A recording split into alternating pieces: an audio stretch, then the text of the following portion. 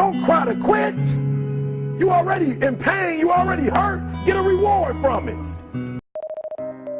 Hey everyone, day 5 of the challenge complete.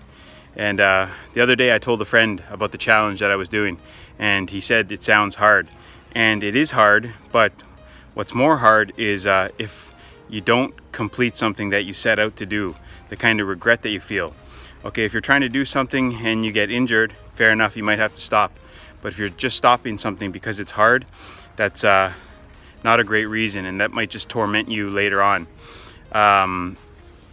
Years ago, there were a few things that I started and I didn't finish. I didn't see through to the end, and I often wonder, what if I just, buckled down a little bit? What if I just didn't give up? And since then, I've gotten a lot better at trying to finish things that I start.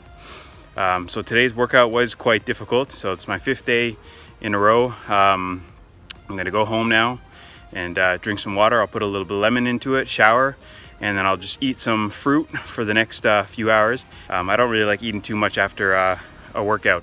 I like to wait a few hours, maybe snack on a little bit of fruit, maybe sometimes have nothing, and then have a good meal.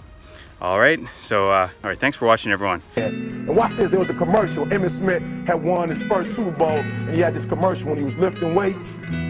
I don't know if you saw the commercial when he was lifting, and Emmitt said, you know what? I won the Super Bowl, so I can rest now. He was doing his bench press. So he said, I won the Super Bowl, so I can rest now. So he throws up about 325, boom. And he rests for about 2 seconds.